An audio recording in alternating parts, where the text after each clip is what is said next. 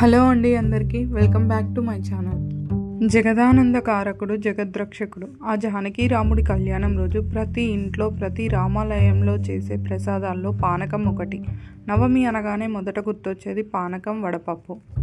మరి ఆ పానకం ఎలా ప్రిపేర్ చేయాలో చూసేద్దామా? ముందుగా ఒక గిన్నెలో ఒక గ్లాస్ వాటర్ తీసుకొని అందులో ఒక చిన్న బౌల్ బెల్లం వేసుకోవాలి.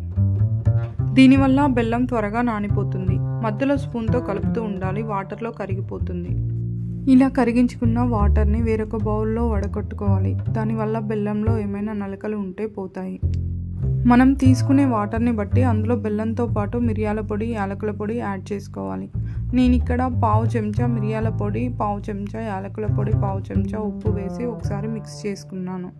ఇందులోనే తులసి ఆకులను కూడా ఒక్కొక్కటిగా తుంచి వేసి ఒకసారి మిక్స్ చేసుకోవాలి. అంతే అండి, సింపుల్గా పానకం చేసుకోవచ్చు.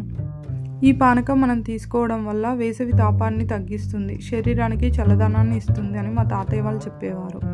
ఇక్కడ మనం ఇలా చిన్న చిన్న గిన్నెలలో చేసుకుంటాం, కానీ పల్లెటూర్లలో అయితే పెద్ద వాటర్ డ్రమ్లలో చేస్తారు. ఏ పండుగ వచ్చినా ముందుగా నాకు మా ఊరిని మిస్ అవుతున్నా అనే ఫీలింగ్ ఎప్పుడూ ఉంటుంది. మా ఊర్లో ఏ పండుగ అయినా అందరూ కలిసి ఒక దగ్గరికి వచ్చి ఎంతో వైభవంగా చేస్తారు.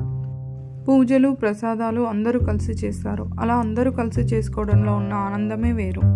ఇలా పానకం చేసి దేవుడి దగ్గర నైవేద్యంగా పెట్టుకుంటాను. ఇప్పుడు వడపప్పు ఎలా చేయాలో చూద్దాం. 1 కప్పు పెసరపప్పు తీసుకొని దాన్ని ఒకసారి కడిగి 1 గంట పాటు నీళ్లు పోసి నానబెట్టుకోవాలి. ఇలా నానబెట్టుకున్న పెసరపప్పును వడకట్టుకొని అందులో 2 లేదా 3 చెంచాల బెల్లం వేసి ఒకసారి కలిపి పక్కన పెట్టుకోవడమే. ఇంతే అండి, ఎంతో సింపుల్గా వడపప్పు చేసుకోవచ్చు.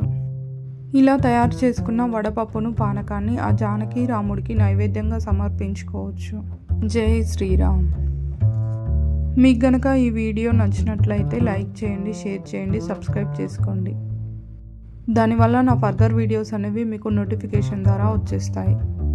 Thanks for watching.